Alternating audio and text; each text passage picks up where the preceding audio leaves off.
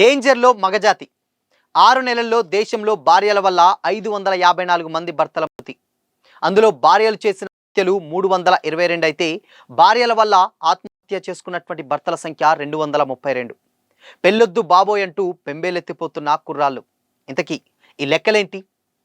Watch this video.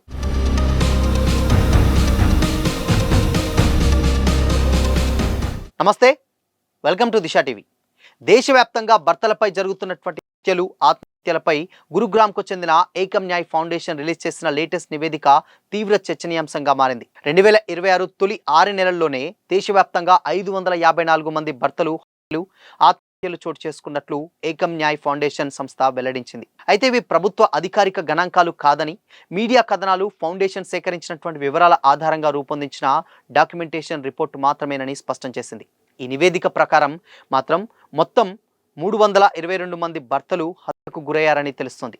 వీరిలో అత్యధిక కేసులు భార్యలు లేదా వారి వివాహేతర సంబంధాల నేపథ్యంలో జరిగినటువంటి కుట్రలతో ముడిపడి ఉన్నట్లు ఆ సంస్థ చెప్పింది. మొత్తం హత్యల్లో 194 కేసులు, సుమారు 60.2% వివాహేతర సంబంధాల కారణంగానే జరిగినట్లు ఆ రిపోర్టు వెల్లడించింది. భార్యలు తమ ప్రియులతో కలిసి కట్టుకున్నటువంటి భర్తలను చేసినటువంటి ఘటనలు ఎక్కువగా నమోదయ్యాయని ఆ నివేదిక తెలిపింది. అదే టైంలో 232 మంది భర్తలు ఆత్మహత్యకు పాల్పడినట్లు ఏకమ్ న్యాయ్ ఫౌండేషన్ చెప్పుకొచ్చింది. వీటిలో కుటుంబ కలహాలు, గృహహింస, మానసిక వేధింపులు, తప్పుడు క్రిమినల్ కేసులు, పిల్లలను కలవనివ్వకపోవడం వంటి కారణాలు ప్రధానంగా ఉన్నాయని నివేదికలో వివరించింది. ఈ కేసుల్లో విషం పెట్టి చంపడం, గొంతు నిలిమి హత్య చేయడం, విద్యుత్ షాక్ పెట్టి హతమార్చడం, సజీవ దహనం చేయడం, మృతదేహాలను ముక్కలుగా నరికి చంపేసి ప్రమాదంగా లేదా ఆత్మహత్యగా చిత్రీకరించడం వంటి అత్యంత దారుణమైనటువంటి నేరాలు నమోదైనట్లు ఆ నివేదిక తెలిపింది.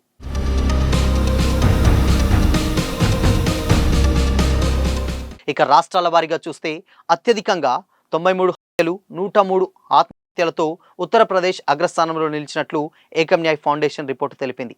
ఆ తర్వాత మధ్యప్రదేశ్, రాజస్థాన్, తెలంగాణ, మహారాష్ట్ర, హర్యానా, బీహార్, కర్ణాటక, గుజరాత్ రాష్ట్రాల్లో కూడా ఇలాంటి కేసులు ఎక్కువగా నమోదయ్యాయని లెక్కగట్టింది. అయితే ఈ నివేదికపై ప్రభుత్వ అధికారిక ధృవీకరణ లేదని ఆ సంస్థ స్పష్టం చేసింది. దేశంలో భర్తల హత్యలు లేదా పురుషులపై గృహహింసకు సంబంధించినటువంటి ప్రత్యేక జాతీయ డేటాబేస్ లేకపోవడంతో అసలు సంఖ్య మరింత ఎక్కువగా ఉండేటువంటి అవకాశం ఉందని ఏకమ్ న్యాయ్ ఫౌండేషన్ అభిప్రాయం వ్యక్తం చేసింది. ఈ సమస్య తీవ్రతను అంచనా వేయాలంటే అధికారిక గణాంకాల సేకరణ అవసరమని కూడా ఏకమ్ న్యాయ్ ఫౌండేషన్ సంస్థ సూచించింది. ఈ సంవత్సరం మొదటి 6 నెలల్లో దేశవ్యాప్తంగా 554 మంది భర్తలు హత్యకు గురి కావడం లేదా ఆత్మహత్య చేసుకున్నట్లుగా కూడా ఒక రిపోర్టు బయటికి రావడం పెను సంచలనం సృష్టిస్తుంది. ఇందులో 322 హత్యలు కాగా మిగిలినవి 232 మంది ఆత్మహత్యలు చేసుకున్నవి అని ఆ నివేదిక తెలిపింది. 322 హత్య 60% అంటే వివాహేతర సంబంధాల కారణంగా 232 ఆత్మహత్యలు కుటుంబ కలహాలు, గృహహింస, వేధింపుల కారణంగానే జరిగాయని కూడా తెలుస్తుంది. ఇవి అధికారిక గణాంకాలు కాకుండా మీడియా కథనాల ఆధారంగా కూడా ఇవి సేకరించినట్లయితే క్లారిటీ వస్తుంది. దేశవ్యాప్తంగా భర్తలపై జరుగుతున్నటువంటి హత్యలు, ఆత్మహత్యలపై గురుగ్రామ్కు చెందినటువంటి ఏకమ్ న్యాయ్ ఫౌండేషన్ విడుదల చేసినటువంటి ఈ తాజా నివేదిక తీవ్ర చర్చనీయాంశంగా మారింది. 2026 తొలి 6 నెలల్లో దేశవ్యాప్తంగా 554 మంది భర్తలు ఆత్మహత్యలు చోటు చేసుకున్నట్లు ఏకమ్ న్యాయ్ ఫౌండేషన్ సంస్థ వెల్లడించింది. అయితే ఇవి ప్రభుత్వ లెక్కలు కాదని, మీడియాకు సంబంధించినటువంటి లెక్కలేనని వివరించిన ఆ వివరాల ఆధారంగా రూపొందించినటువంటి డాక్యుమెంటేషన్ రిపోర్ట్లు మాత్రమేనని కూడా క్లారిటీ ఇచ్చింది.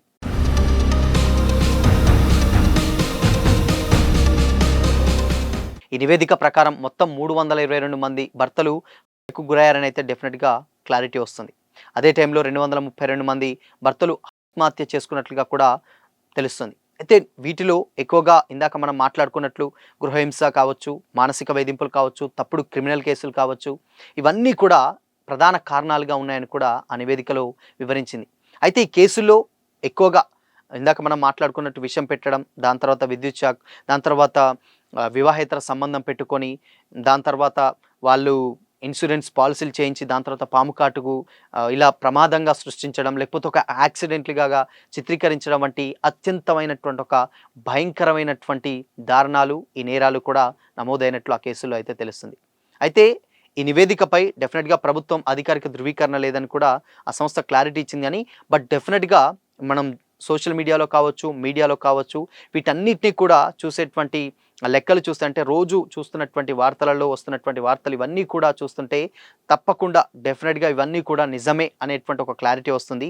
రోజుకొక భర్తను చేసినటువంటి భార్య అనేటువంటి న్యూస్ ఎప్పటికప్పుడు రోజుకొక న్యూస్ ఇది రావడం పరిపాటిగా మారిపోయిందంటూ కూడా చాలామంది కొంతమంది సైకాలజిస్టులు కూడా చెప్తూ ఉన్నారు. ఎందుకంటే ఇవి మేజర్‌గా వివాహేతరమైనటువంటి సంబంధాలు పెట్టుకోవడం వల్లనే వాళ్ళతోటి కలిసి ఉండాలన్నటువంటి ఒక ఆకాంక్షతోటే కట్టుకున్నటువంటి భర్తలని భార్యలు హత్య చేస్తున్నారు. అది కూడా రకరకాలైనటువంటి విధాలుగా చేస్తున్నారు. ఒకవేళ ఇన్సూరెన్స్ తీసుకుంటే ఆ డబ్బులొస్తున్నాయన్నటువంటి ఉద్దేశంతోటి చేసి దాన్ని యాక్సిడెంట్‌గా దారి మళ్లించడం అండ్ దాని తర్వాత పాము కాటు ఇలాంటివైతే ఎవరు గుర్తించరని చెప్పేసి లేటెస్ట్‌గా ఒక ఇన్సిడెంట్ జరిగింది.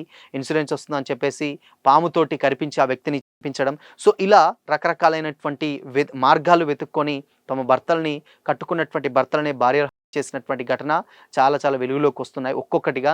అయితే ఇది కేవలం మొదటి 6 నెలల్లోనే దాదాపు 554 మంది దేశం మొత్తంగా ఇలాంటి ఇన్సిడెంట్స్ జరగడం. ఇంకొక 6 నెలల్లో ఇంకా ఎలాంటి పరిణామాలు చోటు చేసుకుంటాయో తెలియదు అని కూడా చాలామంది ఉన్నటువంటి ఎక్స్‌పర్ట్స్ ఎవరైతే ఉంటారో వాళ్ళు భయభ్రాంతులకు గురవుతున్నటువంటి విషయాలను కూడా చెప్తున్నారు.